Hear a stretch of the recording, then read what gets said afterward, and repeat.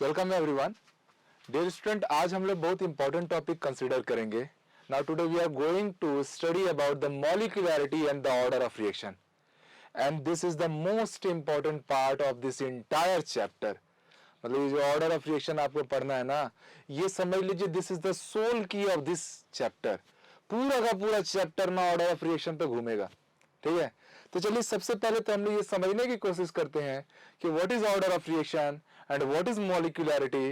But उसको समझने से पहले मैं एक छोटा सा सवाल आपके सामने रखता हूं कि जैसे मान लीजिए बच्चों, हमारे सामने एक सवाल दे दिया है कि H2 प्लस ऑफ Cl2 के मिल जाने से बन रहा है 2 times HCl, hydrochloric acid generate हो रही है। आपसे पूछा जा रहा है कि इसका ऑर्डर क्या होगा। तो हम सब ने एक चीज समझा है कि ऑर्डर ऑफ रिएक्शन का मतलब ही क्या होता है कि वो रिएक्टेंट का कंसंट्रेशन जो रेट इक्वेशन में पार्टिसिपेट करता है या रिएक्शन में पार्टिसिपेट करता है, उसी को आप उसका क्या कहते हैं, ऑर्डर ऑफ रिएक्शन के नाम से जानते हैं। तो इस बार अगर देखा जाए तो ऑर्डर ऑफ रिएक्शन कितना आएगा, तो यहां 1 मोल है, यहां 1 मोल है, 1 + 1 जोड़ दिया, कितना आ गया 2। बात समझ में आ रही है। ऐसे ही एक और एग्जांपल आपके सामने दे रहा हूं कि मैं बोल रहा हूं कि N2 प्लस ऑफ 3H2 के मिलने से हमारा बन रहा है अमोनिया गैस। और अब मैं आपसे पूछ रहा हूं कि इस बार आप बता दीजिए ऑर्डर ऑफ रिएक्शन क्या आएगा। तो आप फिर से वही कहेंगे कि जो रिएक्टेंट के कंसंट्रेशन है या एक्टिव मास है उसको ऐड कर दीजिए। तो मैं एक बात बड़े प्यार से कहूंगा कि बच्चे ये गलत है और ये भी गलत है। मतलब कहानी में ट्विस्ट। ऑर्डर ऑफ रिएक्शन में आप सीधे सीधे ऐड किए और आपने आंसर ला लिया रिएक्टेंट के सब्सटेंसेस को ऐड करके, तो वो आपका ऑर्डर ऑफ रिएक्शन नहीं आया। यही बात आपको समझनी है। वो एक्चुअल में आपका क्या आया, तो वो आया आपका मॉलिक्यूलैरिटी। वो क्या आया, मॉलिक्यूलैरिटी। मॉलिक्यूलैरिटी में जो रिएक्टेंट के मोल्स है ना, उनको आप डायरेक्टली ऐड करके 2 बोल सकते हो, पर ऑर्डर ऑफ रिएक्शन 2 आएगा ये आप नहीं बोल सकते। सिमिलरली अगर मैं पूछता है कि इस रिएक्शन की मॉलिक्यूलैरिटी कितनी आएगी, तब आप सीधे बोलते सर नाइट्रोजन के 1 मोल, हाइड्रोजन के 3 मोल, इसकी मॉलिक्यूलैरिटी 4 तो सही है बट ऑर्डर 4 सही नहीं है। अब ऐसा क्यों हुआ, तो उसके लिए हम लोगों को मॉलिक्यूलैरिटी और ऑर्डर ऑफ रिएक्शन से रिलेटेड कॉन्सेप्ट को समझना पड़ेगा। तो चलिए आप लोग स्टार्ट करते हैं हमारा पहला topic, that is molecularity of chemical reaction.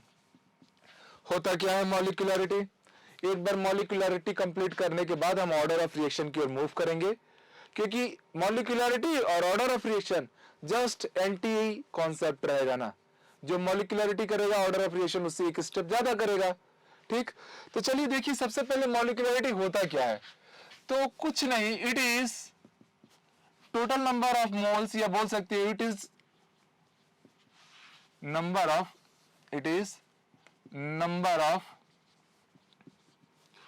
moles of reactant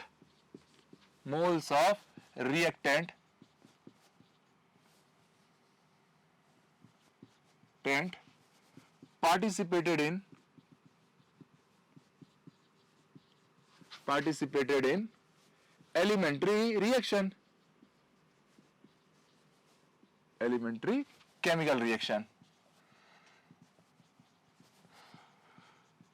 समझना बात को कि किसी भी केमिकल रिएक्शन या एक नॉर्मल या एलिमेंट्री केमिकल रिएक्शन में जो रिएक्टेंट के मोल्स पार्टिसिपेट करते हैं, ठीक है, उन्हीं के सम को हम क्या नाम देते हैं, उन्हीं के नंबर को हम क्या नाम देंगे, ऑर्डर ऑफ रिएक्शन। जैसे ये एग्जांपल्स आप लोग को साफ साफ क्लियर है। एक दो और एग्जांपल लेने बोले तो चलिए हम ले लेते हैं। मान लीजिए FeCl3 के 2 मोल्स SnCl4 से अटैच होंगे और ये बना लेंगे आपका 2 times FeCl2 plus of SnCl4। अगर हम बोले इसकी मॉलिक्यूलैरिटी कितनी आएगी, तो प्यारे बच्चों आप सीधे सीधे समझ पाए कि FeCl3 के 2 मोल्स है एज वेल एज SnCl4 के कितने मोल है, 1 मोल। दोनों ये सॉरी SnCl2 है, तो टोटल कितना आ गया इसका, मॉलिक्यूलैरिटी 3 आ गया। मतलब सीधी सी बात है कि रिएक्टेंट के जो भी नंबर ऑफ मोल्स हैं जो केमिकल रिएक्शन में पार्टिसिपेट कर रहे हैं उसके सम कर दीजिए, वही आपका क्या है, मॉलिक्यूलैरिटी है। बहुत आसान, बहुत इजी, कोई कॉन्सेप्ट नहीं है मॉलिक्यूलैरिटी का, आपको डायरेक्टली अलजेब्रिक सम करना है। अब चलिए मॉलिक्यूलैरिटी से रिलेटेड कुछ इंपॉर्टेंट फैक्ट्स आप लोग याद जरूर रख लेंगे। फर्स्ट थिंग कि जो मॉलिक्यूलैरिटी होता है ना, molecularity is always a whole number. वो हमेशा कैसा रहेगा? होल नंबर रहेगा, कभी भी फ्रैक्शन में नहीं आएगा।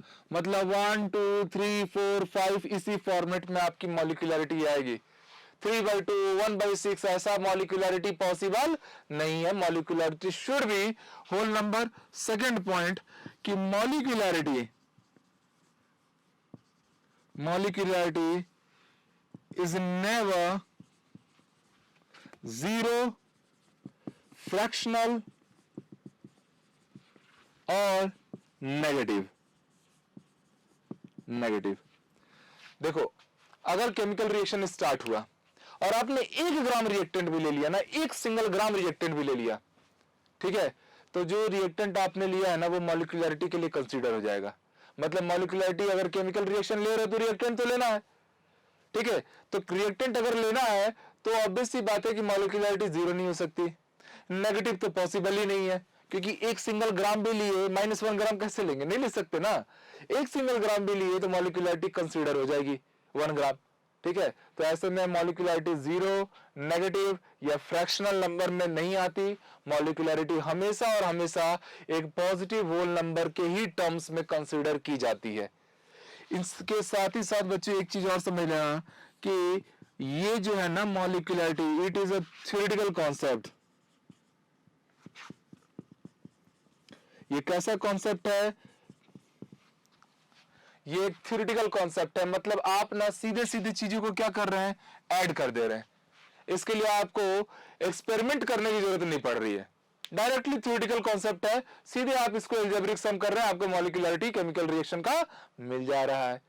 पर जो ऑर्डर ऑफ रिएक्शन रहेगा ना, वो एक एक्सपेरिमेंटल कॉन्सेप्ट रहेगा। दैट मींस कि ऑर्डर ऑफ रिएक्शन अलग अलग टेम्परेचर, अलग अलग प्रेशर पे क्या करेगा? डिफर करेगा। डिफरेंट रेंज ऑफ कंडीशंस जब आप उसमें यूटिलाइज करेंगे ना, तो order of reaction should vary. But molecularity क्या अपने आप में एक थ्योरेटिकल कॉन्सेप्ट है, तो यहां पर सीधे सीधे आप लोग को क्या करना है? ऐड कर देना है। Concept clear. एक और चीज यहीं से पॉइंट हम लोग को समझ में आ गई, because this is a theoretical concept. तो थ्योरेटिकल कॉन्सेप्ट होने के कारण जो मॉलिक्यूलैरिटी है प्यारे बच्चों, मॉलिक्यूलैरिटी इज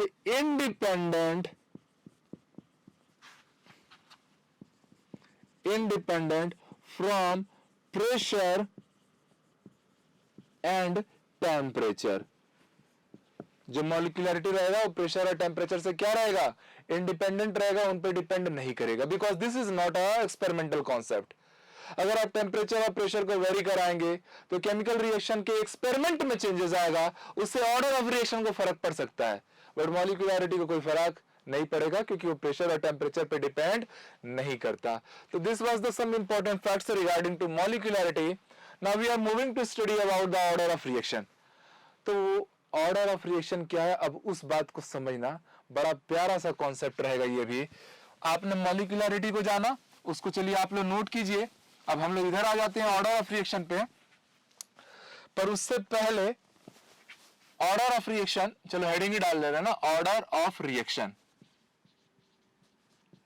ध्यान देना बच्चों, ये कॉन्सेप्ट निहायत ही इंपॉर्टेंट रहेगा ना। सबसे पहले तो आप लोग को समझना पड़ेगा कि ऑर्डर ऑफ रिएक्शन एक्चुअल में मॉलिक्यूलैरिटी से कैसे डिफरेंट है। तो आपने ये देखा कि मॉलिक्यूलैरिटी केमिकल रिएक्शन में जो भी रिएक्टेंट के मोल्स थे उनका डायरेक्टली एल्जेब्रिक सम था। पर ऑर्डर ऑफ रिएक्शन में क्या होता है कि ऑर्डर ऑफ रिएक्शन ना रिएक्टेंट के उस कंसंट्रेशन का सम होता है जो रिएक्शन में पार्टिसिपेट करे। अब ऑब्वियस सी बात है कि अगर रिएक्टेंट का हिस्सा रिएक्शन में पार्टिसिपेट कर रहा है तो कहीं ना कहीं रिएक्टेंट का कंसंट्रेशन लेवल चेंज होगा, और अगर कंसंट्रेशन लेवल चेंज होगा तो रेट ऑफ रिएक्शन पे भी असर पड़ेगा, because rate of reaction reactant के कंसंट्रेशन पे डिपेंड करता है, उसके डायरेक्टली प्रोपोर्शनल आता है। ये बात को हम लोगों ने पहले से ही पढ़ रखा है, जब मैंने आपको रेट ऑफ रिएक्शन को इफेक्ट करने वाले फैक्टर्स पढ़ाए थे तब इस बात पे मैंने फोकस करवाया था। तो यहां से अगर ऑर्डर ऑफ रिएक्शन का डेफिनेशन बनाना है तो कुछ नहीं है इसमें दिक्कत कि it is number of reactant molecules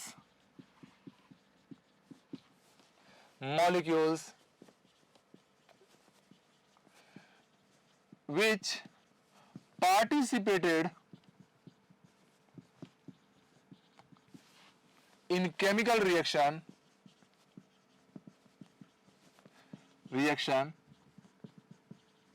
and when their concentration level changes, rate of reaction varies. Your rate of reaction also changes. Simple कि मॉलिक्यूलरिटी और ऑर्डर ऑफ रिएक्शन में यही फर्क है कि जो मॉलिक्यूलरिटी है ना, इससे रेट ऑफ रिएक्शन को कभी कोई फर्क नहीं पड़ेगा, ठीक है, बट जो ऑर्डर ऑफ रिएक्शन है इसका जन्म ही होता है रेट इक्वेशन से। अब ये रेट इक्वेशन क्या होता है, तो आप सबको पता है कि अगर कोई भी केमिकल रिएक्शन जो होता है, रिएक्टेंट से प्रोडक्ट बन रहा है, तो हम सबको पता है कि जो रेट ऑफ रिएक्शन है वो रिएक्टेंट के कंसंट्रेशन के डायरेक्टली प्रोपोर्शनल होता है। और जब ये प्रोपोर्शनलिटी सिंबल हटाते थे तब हम लोग क्या लेते थे, एक कांस्टेंट के लेते थे। लास्ट क्लास में इस आर और के को मैंने अच्छे से समझाया है, उसके बीच में डिफरेंस भी स्टेबलाइज करवाया था। ये जो इक्वेशन आता है ना, इसी को हम क्या कहते हैं, रेट इक्वेशन। इसी को क्या कहते हैं, रेट इक्वेशन।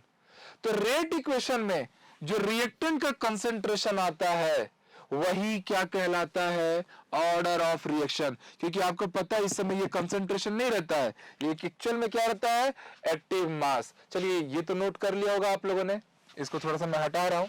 और एक्टिव मास और ऑर्डर ऑफ रिएक्शन में क्या फर्क है, ये तो मैं पहले ही बता दिया हूं कि भैया एक्टिव मास वो अमाउंट होता है जो रिएक्शन में पार्टिसिपेट करता है, मतलब जिसका कंसंट्रेशन लेवल चेंज होता है। एग्जाम्पल भी दिया था, अगर आपको केमिकल रिएक्शन कराना है, 1 गिलास शरबत बनाना है, आपने 1 ड्रम पानी लिया है, तो 1 ड्रम पानी आपका कंसंट्रेशन है, और उसमें से आपने रिएक्शन बनाने के लिए कितना गिलास पानी लिया, 1 गिलास, वो आपका एक्टिव मास है। ये फर्क होता है, ठीक है। तो मेरे प्यारे बच्चों, जो रेट इक्वेशन आता है उस समय जो रिएक्टेंट के कंसंट्रेशन या एक्टिव मास आता है, उसका जो पावर आता है, वही आप लोग का क्या कहलाता है, order of reaction. For example, अगर मैं आपके सामने एक ऐसा एग्जांपल रख दूं कि मान लीजिए मेरा N2 प्लस ऑफ 3H2 से मेरा बन रहा है 2NH3। क्या बन रहा है, 2NH3।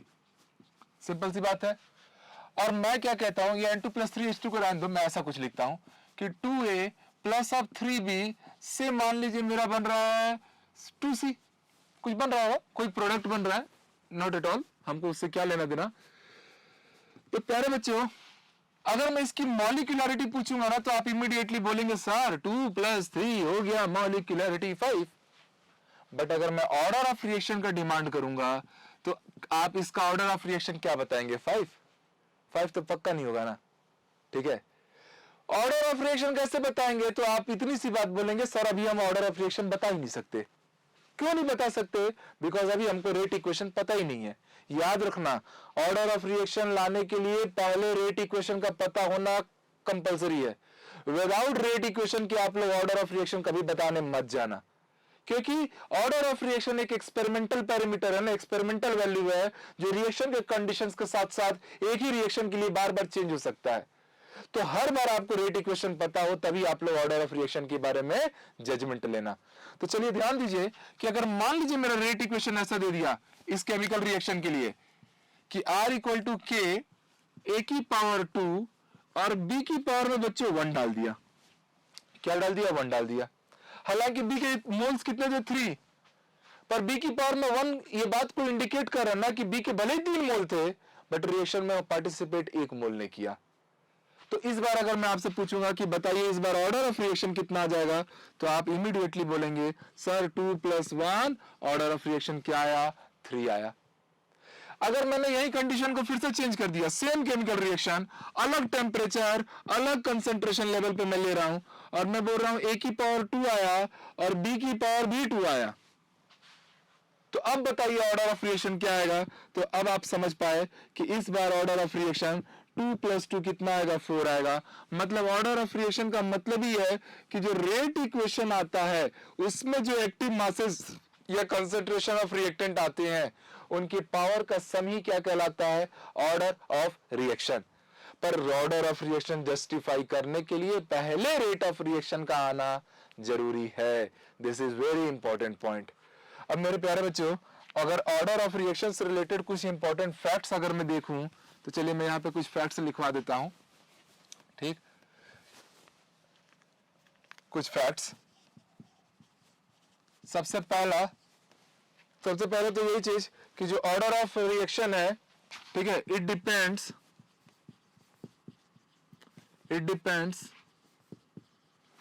Upon the concentration of reactant. ये रिएक्टेंट के कंसंट्रेशन पे डिपेंड तो जरूर करता है, पर कहां के? एट या एट रेट इक्वेशन। जो रेट इक्वेशन पे जो रिएक्टेंट का कंसंट्रेशन आता है ना, ये केवल उस पे डिपेंड करता है।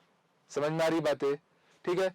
दूसरा पॉइंट कि it is an experimental value. ये कैसी वैल्यू है? एक्सपेरिमेंटल वैल्यू है। इसका मतलब ही साफ साफ क्लियर है कि जो ऑर्डर ऑफ रिएक्शन है वो कहीं ना कहीं it depends upon pressure and temperature. Pressure और टेम्परेचर पे डिपेंड करेगा, क्योंकि एक्सपेरिमेंटल वैल्यू है। जैसे जैसे टेम्परेचर चेंज होगा, आप सबको पता है कि रेट ऑफ रिएक्शन चेंज हो जाता है, और रेट ऑफ रिएक्शन पे order of reaction rate equation से ही तो जनरेट हो रहा है। तो जब रेट ऑफ रिएक्शन बदलेगा तो रेट इक्वेशन बदलेगा, तो ऑर्डर ऑफ रिएक्शन भी बदलेगा। तो कहीं ना कहीं ऑर्डर ऑफ रिएक्शन टेम्परेचर और प्रेशर पे क्या कर रहा है? डिपेंड कर रहा है। साथ ही साथ प्यारे बच्चों एक और चीज समझ लेना कि ऑर्डर ऑफ रिएक्शन जो होता है ना, order of reaction can be positive, negative, zero, fractional, सब पॉसिबल है ना। ऑर्डर ऑफ रिएक्शन पॉजिटिव भी हो सकता है, नेगेटिव भी हो सकता है, जीरो ऑर्डर रिएक्शन भी आ सकता है, as well as fraction means 3/2, 5/2, ऐसे ऑर्डर ऑफ रिएक्शन भी जनरेट किए जा सकते हैं। तो these are some basics facts related to order of reaction. और इसी बिहार पे आप लोग मॉलिक्यूलरिटी और ऑर्डर ऑफ रिएक्शन के बीच में डिफरेंस भी क्रिएट कर सकते हैं। एक डिफरेंस तो यही बन जाएगा कि मॉलिक्यूलरिटी क्या है? केवल रिएक्टेंट के एक्टिव मासेस या कंसंट्रेशन का सम है। और ऑर्डर ऑफ रिएक्शन क्या है कि रिएक्टेंट के एक्टिव मास या कंसंट्रेशन लेना है कहां पर? जो रिएक्शन में पार्टिसिपेट करे, मतलब रेट इक्वेशन पर। तो रेट इक्वेशन पर रिएक्टेंट के कंसंट्रेशन का सम क्या कहलाता है? Order of reaction. समझ में आया? और दूसरा ऑर्डर ऑफ रिएक्शन और मॉलिक्यूलरिटी एक थ्योरेटिकल कॉन्सेप्ट था, ऑर्डर ऑफ रिएक्शन एक एक्सपेरिमेंटल कॉन्सेप्ट था। Molecularity do not depend upon temperature, pressure and concentration, but order of reaction depends upon temperature, pressure and concentration. Clear है ये बातें? As well as molecularity is always positive whole number, never negative, zero and fractional, but order of reaction can be positive, can be negative, can be zero, also fractional. So these are the some basic difference between order of reaction as well as molecularity. Hope so यहाँ तक की बातें आप सबको अच्छे से समझ में आ गई। अब बच्चों आगे मूव करते हैं। इस पूरे कॉन्सेप्ट को आपने स्क्रीनशॉट ले लिया होगा या नोट कर लिए होंगे तो और अच्छी बात है। तो हमने ऑर्डर ऑफ रिएक्शन और मॉलिक्यूलरिटी को समझ तो लिया। अब मैं आपको क्या करता हूं कि कुछ स्पेशल टाइप के जो रिएक्शंस हैं, ठीक है, उनके एग्जांपल्स ले लेते हैं डिफरेंट टाइप के ऑर्डर्स में। हमारे सिलेबस पे बेसिकली ना हम लोग को जीरो ऑर्डर, फर्स्ट ऑर्डर और सेकंड ऑर्डर पे ज्यादा फोकस कर रहा है, पर हम लोग अभी क्या करते हैं, थर्ड ऑर्डर तक के रिएक्शन के कुछ एग्जांपल्स को कंसीडर कर लेते हैं। तो चलो बच्चों, मैं पहला ले रहा हूं जीरो ऑर्डर रिएक्शन। जितने भी मैं आप लोगों को यहाँ पर एग्जाम्पल्स लिखा रहा हूं ना, आप उनके बारे में इतना जान लेना कि ये कहीं ना कहीं किसी ना किसी एग्जाम में ऑलरेडी पूछे हुए क्वेश्चन रहेंगे। ठीक है, तो चलिए जीरो ऑर्डर रिएक्शन के एग्जांपल्स में आप याद रखिए कि H2 का क्लोरीन के साथ रिएक्शन होने से हाइड्रोक्लोरिक एसिड जनरेट होती है। तो यहां पर जो रेट इक्वेशन में बनाऊंगा, रेट इक्वेशन के लिए आता है कि H2 की पावर में हमने जीरो लिया, Cl2 की पावर में भी जीरो लिया। तो अब अगर मैं पूछूंगा इसका ऑर्डर कितना होगा, तो आप समझ गए 0 + 0 ऑर्डर क्या है? 0। बट जब मैं आपसे पूछूंगा इसकी मॉलिक्यूलरिटी कितनी होगी, तो आप समझ गए इसके 1 मोल, इसके 1 मोल। मॉलिक्यूलरिटी में तो भैया सीधा सीधा ऐड करना है ना, कहानी ही नहीं है, टेंशन ही नहीं है, सीधा सीधा एडिंग। तो एक एग्जांपल हाइड्रोक्लोरिक एसिड का formation is a example of zero order reaction. जिस जिस ऑर्डर रिएक्शन में जो जो एग्जांपल लिखवा रहा हूं ना, उसको ध्यान से रखना है दिमाग में। भूल भी जाओ तो कोई बात नहीं, टेंशन नहीं लेना, ठीक है, चलता है, कोई बात नहीं है। बट ये ऑलरेडी कभी कभी किसी किसी एग्जाम में ऑलरेडी पूछे जा चुके हैं, दैट्स वाई थोड़ा सा इंपॉर्टेंट सेगमेंट है ये। दूसरा बच्चों, मान लीजिए मैंने अमोनिया का डिसोसिएशन किया, डिसोसिएशन ऑफ अमोनिया, तो ये भी कैसे टूटेगा, N2 प्लस ऑफ 3H2। यहां पर जो रेट इक्वेशन में बनाऊंगा ना, भले ही 2 मोल अमोनिया है बट रिएक्शन में पार्टिसिपेट नहीं किया, रेट इक्वेशन में उसका कंसंट्रेशन कितना आया, 0 आया। दैट्स वाई ऑर्डर कितना आया, 0, क्योंकि ऑर्डर ऑफ रिएक्शन को कोई मतलब नहीं है कि आपने रिएक्टेंट कितने मोल लिया था। ऑर्डर ऑफ रिएक्शन का मतलब है कि जब रेट इक्वेशन जनरेट हुआ ना, उस समय रिएक्टेंट के कंसंट्रेशन की पावर में क्या है, फिलहाल 0 है तो ये 0 ऑर्डर रिएक्शन हो गया। बट अगर मैं पूछता मॉलिक्यूलरिटी कितनी आएगी, तो आपको रेट इक्वेशन नहीं देखना है, डायरेक्ट केवल रिएक्टेंट को देखना है जो 2 मोल थे, इसलिए मॉलिक्यूलरिटी भी कितनी हो गई, 2 हो गई। Is it clear? ऐसे ही बच्चे ये 0 ऑर्डर रिएक्शन के दो कुछ एग्जांपल थे हमारे। ऐसे ही फर्स्ट ऑर्डर रिएक्शन के एग्जांपल में आ जाते हैं हम लोग। हटाइए इसको, बस ऐसे हैशटैग कर देते हैं फर्स्ट ऑर्डर रिएक्शन, ठीक है। तो फर्स्ट ऑर्डर रिएक्शन में कुछ एग्जांपल्स हैं जो ऑलरेडी आपके आईआईटीज ने या नीट ने पूछ रखे हैं, जिसमें पहला एग्जांपल याद रखिएगा, H2O2 हाइड्रोजन पेरोक्साइड का डिसोसिएशन। जब हाइड्रोजन पेरोक्साइड का डिसोसिएशन होता है तो ये कौन सा मैकेनिज्म यूज करता है, तो याद रखेंगे this is first order reaction, ठीक है। और ऑक्जेलिक एसिड ले लो, C2H2O4, ऐसा दिखता है आपका ऑक्जेलिक एसिड, COOH COOH, ठीक है। ऑक्जेलिक एसिड का जब हम हीटिंग करेंगे, डिसोसिएशन करेंगे, ये याद रखना नहीं, ऑलरेडी आईटी मेंस में आ चुका है, इसके कॉन्सेप्ट पूछ चुके हैं, ठीक है। ऑर्गेनिक इनऑर्गेनिक केमिस्ट्री पूछा था हालांकि। तो ऑक्जेलिक एसिड का जब डिसोसिएशन होता है ना, तो कार्बन मोनोऑक्साइड, कार्बन डाइऑक्साइड और वाटर ये रिलीज होता है। फिर से ये कौन सा मैकेनिज्म ओबे करेगा, तो this is another example of first order mechanism. तो इस तरीके से आप लोग को कुछ एग्जांपल्स दिमाग में रखने हैं, 0 ऑर्डर के एज वेल एज क्या हुआ, फर्स्ट ऑर्डर रिएक्शन का भी एग्जांपल हो गया, ठीक है।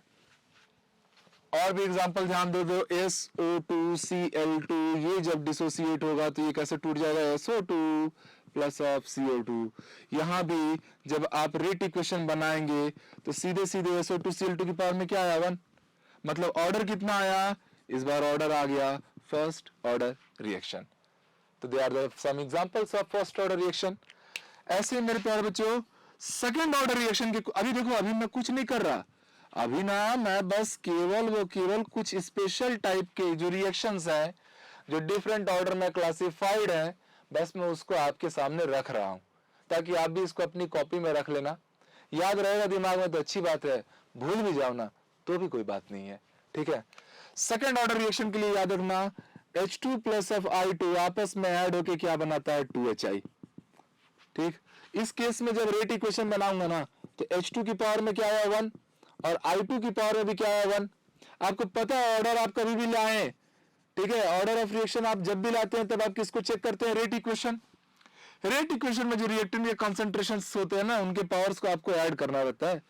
दैट्स व्हाई यहाँ पर ऑर्डर कितना आ गया, सेकेंड ऑर्डर।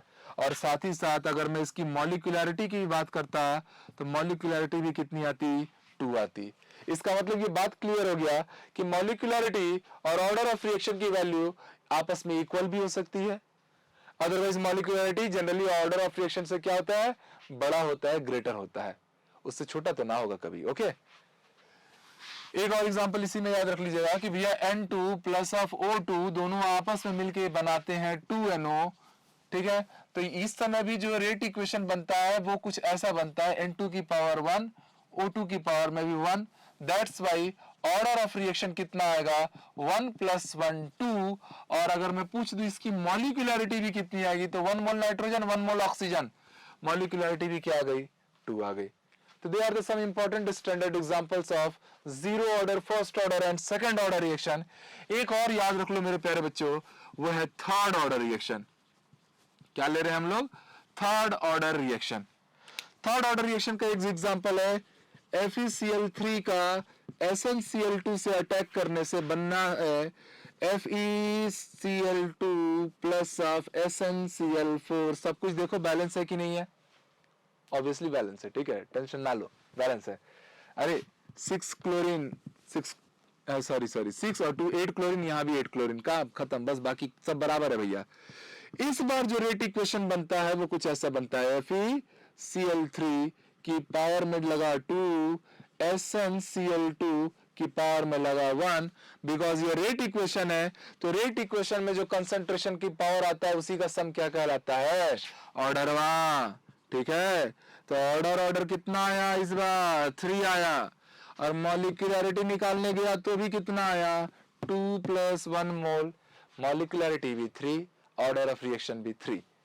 एक एग्जांपल थर्ड ऑर्डर के लिए और याद रख लो कि भैया 2NO का अगर मैंने ऑक्सीजन से रिएक्ट करा दिया, सॉरी 2NO है वो, तो ये हमारा क्या बन जाएगा, 2 × NO2। इस बार भी जब मैं रेट इक्वेशन जनरेट करूंगा तो NO की पावर में आ गया 2 और O2 की पावर में आ गया 1।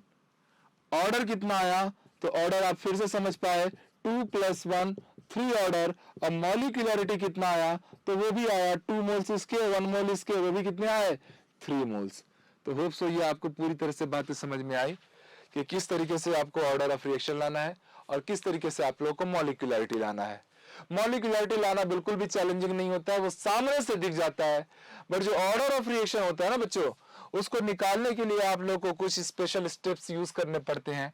हालांकि अभी तक तो हमने जितने भी एग्जांपल किए हैं ना, ये सब पहले से फिक्स्ड है कि हाँ ये 0 ऑर्डर का एग्जांपल है, ये फर्स्ट ऑर्डर का एग्जांपल है, ये सेकंड ऑर्डर का एग्जांपल है।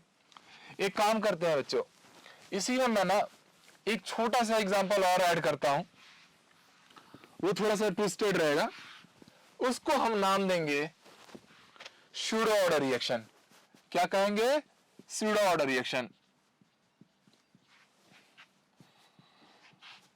स्यूडो ऑर्डर रिएक्शन, देखो स्यूडो ऑर्डर रिएक्शन क्या होता है, स्यूडो ऑर्डर रिएक्शन का मतलब ये होता है, स्यूडो इफेक्ट मतलब धोखा। लोगों के साथ तो बहुत सारे स्यूडो इफेक्ट जिंदगी भर होते रहते हैं। जैसे मान लीजिए आप एक लिफ्ट से ऊपर जा रहे हैं, ठीक है, तो आपको लगता है कि लिफ्ट के सारे फ्लोर से नीचे जा रहे हैं, बट एक्चुअल में हो क्या रहा होता है, आप ऊपर जा रहे होते हैं। ठीक है, पर लगता है ना कि पूरी दुनिया नीचे जा रही है, मैं ही ऊपर जा रहा हूं, मैं ही बड़ा आदमी। ऐसे ही मान लीजिए आप ट्रेन से आगे जा रहे हैं, तो लगता है सारा पेड़, सारा जो भी पेड़ पौधा सब पीछे दौड़ रहा है। ऐसा हो रहा है क्या, एक्चुअल में कोई नहीं दौड़ रहा है, आप आगे बढ़ रहे हैं। तो यही बात है, इसी इफेक्ट को हम लोग को पर लगता तो है ना कि पेड़ पौधे पीछे जा रहे, पूरा शहर पूरा का पूरा घर बार आदमी गुड्डा गुड़िया सब लोग पीछे भाग रहा है, हम लोग को लगता है हम रेस्ट में है, बट एक्चुअल में ऐसा होता नहीं है। तो यही इफेक्ट को हम लोग क्या बोलते हैं, स्यूडो इफेक्ट। तो यहाँ पर स्यूडो ऑर्डर रिएक्शन में भी यही कहानी होगा कि यहाँ दिखेगा कुछ, होगा कुछ। ठीक है, तो फॉर एग्जाम्पल यहाँ पे मान लीजिए बच्चों, एक एग्जांपल मैं ले रहा हूं जो ऑलरेडी आईआईटी का पूछा हुआ क्वेश्चन है कि जब मैं एसिटिक एसिड को एक्सेस वाटर में डिसॉल्व करता हूं तो हम सबको पता है कि क्या होगा भैया, एसिड जब वाटर में गया ना तब अपने रिस्पेक्टिव एसिटेट आयन, अब बगल में क्या निकल आएगा, हाइड्रोनियम आयन। अगर मैं पूछूं कि इसका ऑर्डर क्या होगा, तो आप इसका पहले तो रेट इक्वेशन बनाएंगे, क्योंकि बिना रेट इक्वेशन बनाए ऑर्डर ऑफ रिएक्शन ना आए। ठीक है, तो चले रेट इक्वेशन बनाए, तो रेट इक्वेशन चलिए ये बना हमारा। अब बगल में कौन आया, H2O आया, समझ में, ये किस फॉर्म में है, लिक्विड फॉर्म में है। इसकी पावर में क्या 1, इसकी पावर में क्या 1। तो इस बार अगर मैं पूछूं आपसे कि ऑर्डर ऑफ रिएक्शन कितना आया, तो आप सीधे समझ गए सर 1 + 1 कितना आया, 2 आया।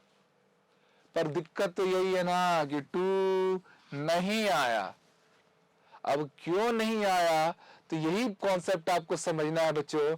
आप लोगों ने ये चीज फोकस नहीं किया कि जो वाटर होता है, आपने क्लास 11th केमिकल इक्विलिब्रियम में एक कॉन्सेप्ट पढ़ा होगा कि लिक्विड में केवल एक ही लिक्विड है, वाटर, जिसका कंसंट्रेशन कितना लेना है, 1 लेना है। ये कॉन्सेप्ट आप पढ़ते थे ना कि वाटर का कंसंट्रेशन लेवल क्या लिया जाता है, 1, और सॉलिड का भी क्या लिया जाता है, 1।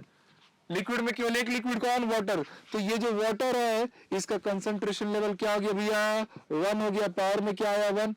तो इस बार आप समझ पाएंगे कि जो नया रेट इक्वेशन बन रहा है ना, वो कितना बन रहा है, वो ये बन रहा है। तो अगर वो ये रेट इक्वेशन बना रहा है, तो अब आप मुझे बता दीजिए ऑर्डर ऑफ रिएक्शन कितना आएगा।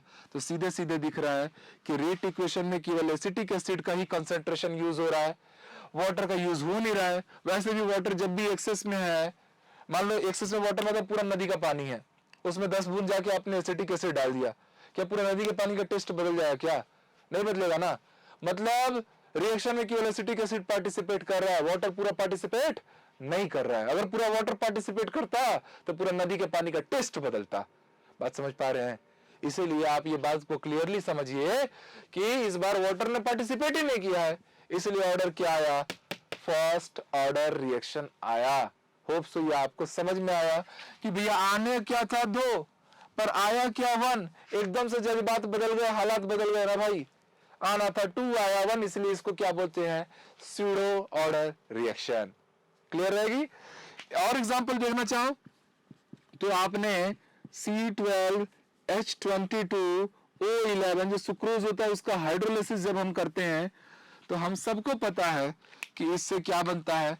ग्लूकोज और फ्रक्टोज के अलग अलग मॉलिक्यूल्स जनरेट होते हैं। इस बार भी जो वाटर है वो क्या है बच्चों? एक्सेस में है। तो यहां पर भी जब मैं रेट इक्वेशन बनाऊंगा तो मैं केवल किसका कंसंट्रेशन कंसीडर करूंगा?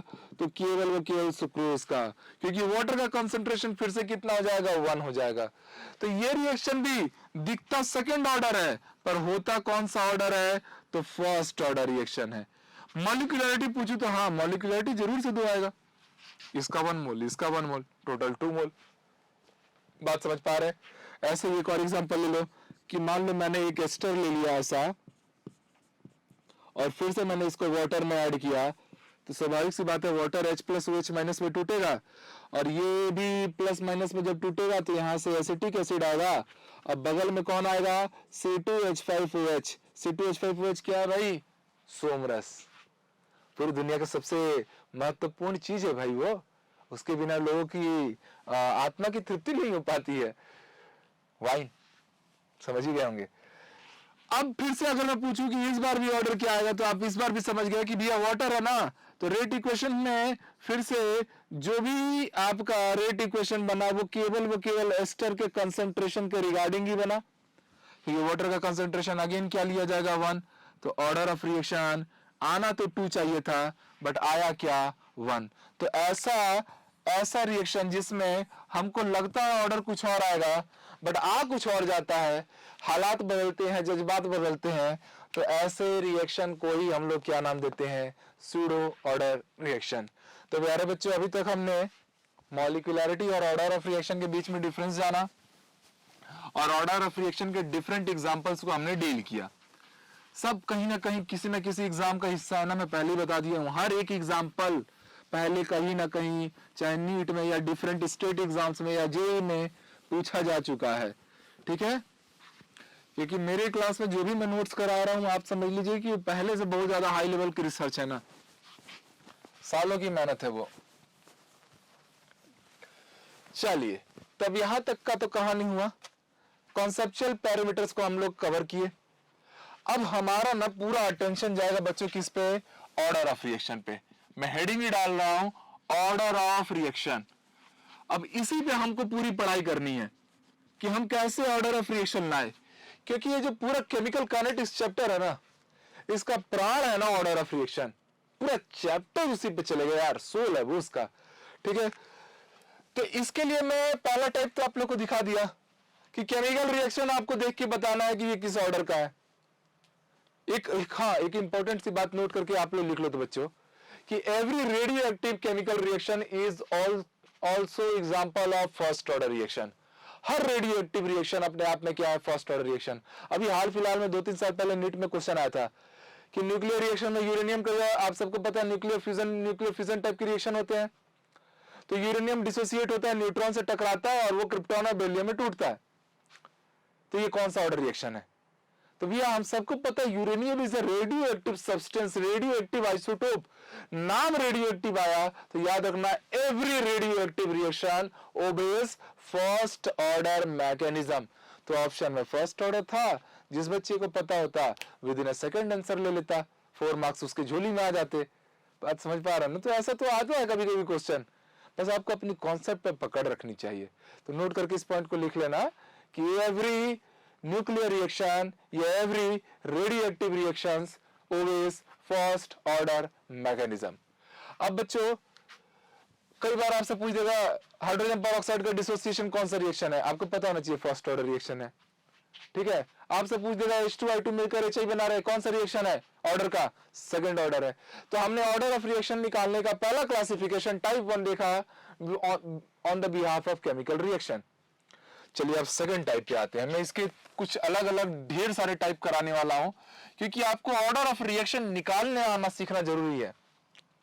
क्योंकि ऑर्डर ऑफ रिएक्शन नहीं आएगा ना तो सवाल कौन सा जीरो ऑर्डर का पूछेगा, आप फर्स्ट ऑर्डर का फॉर्मूला लगा के आ जाओगे, सत्यानाश, सीधी सी बात है, सत्यानाश हो जाएगा।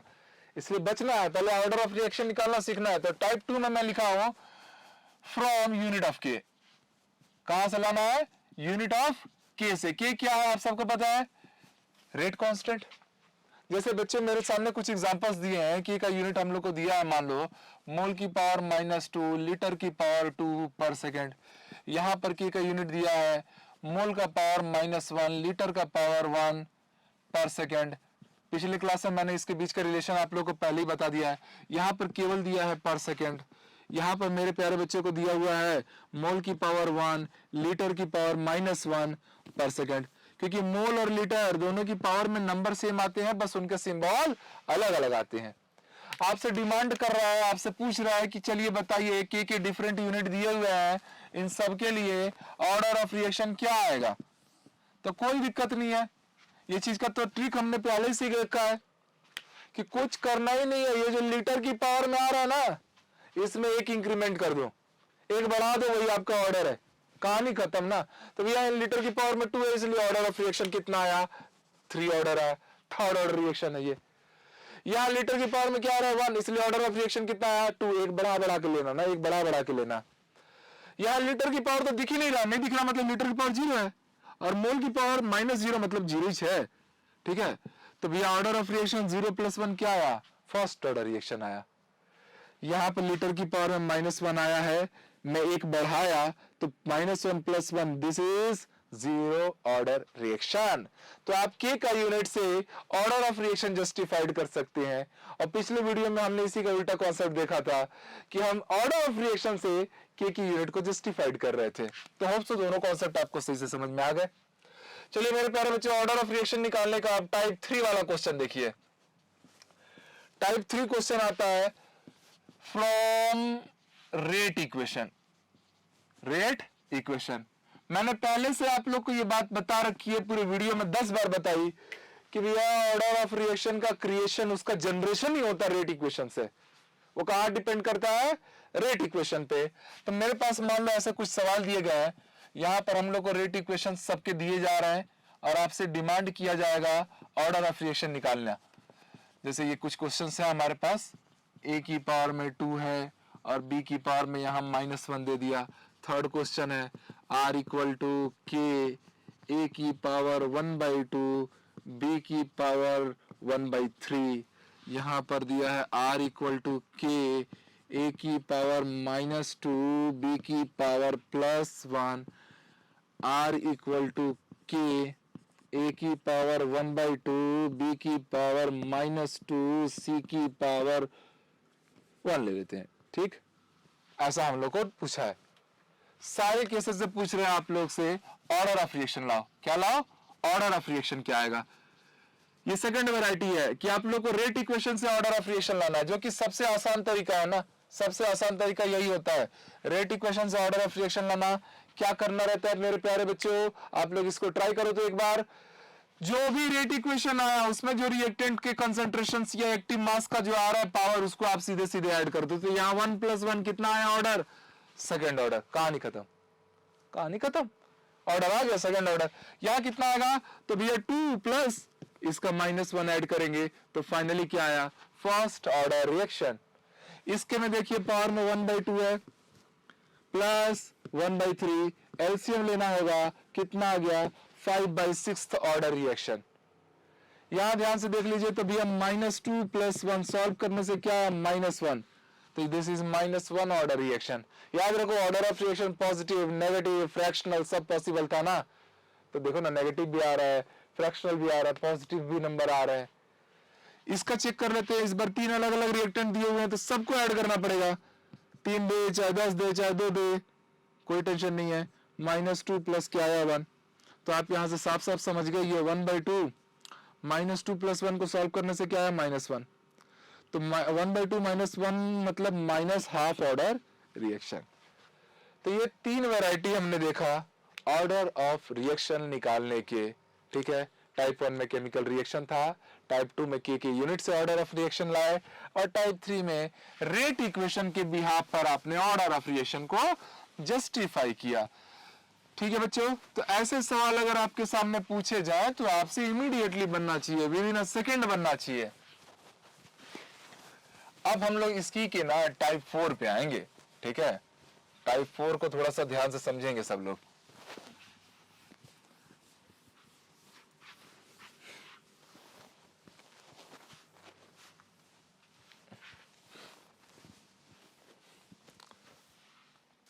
ये चलो एक काम करते हैं, टाइप 4 टाइप 5 को ना अगले क्लास में पढ़ते हैं, ठीक है। तब तक के लिए खूब पढ़ाई करो। नेक्स्ट क्लास में टाइप 4 टाइप 5 बिकॉज दोनों इंटर रिलेटेड है, और आज की वीडियो में अगर मैं इसको कवर करूंगा तो लेंदी बहुत ज्यादा हो जाएगा वीडियो। अब बच्चों का तो आज के डेट में एक ट्रेंड है ना, बड़ा वीडियो देखते हैं तो पहले देखना नहीं है, स्किप कर देते हैं। अरे कौन देखता है, ये नहीं देखते कि वीडियो जितना बड़ा है तो कंटेंट भी तो ज्यादा है। बट ठीक है, हर टीचर परेशान है, उनमें से एक हम भी हैं, क्या ही कर सकते हैं। तो चलिए बच्चों, नेक्स्ट क्लास में मिलेंगे। अभी ऑर्डर ऑफ रिएक्शन का ही हमारा पैटर्न है, जिसमें हम लोग टाइप 4 टाइप 5, और वो आपके एग्जाम पॉइंट ऑफ व्यू से बहुत ज्यादा इंपॉर्टेंट है, क्योंकि एनसीईआरटी टेक्स्ट बुक के आधे से ज्यादा सवाल आपके टाइप 5 के सवाल हैं। तो जब मैं उसको सिखाऊंगा ना, एक एक सवाल आपसे लगेगा, ठीक है।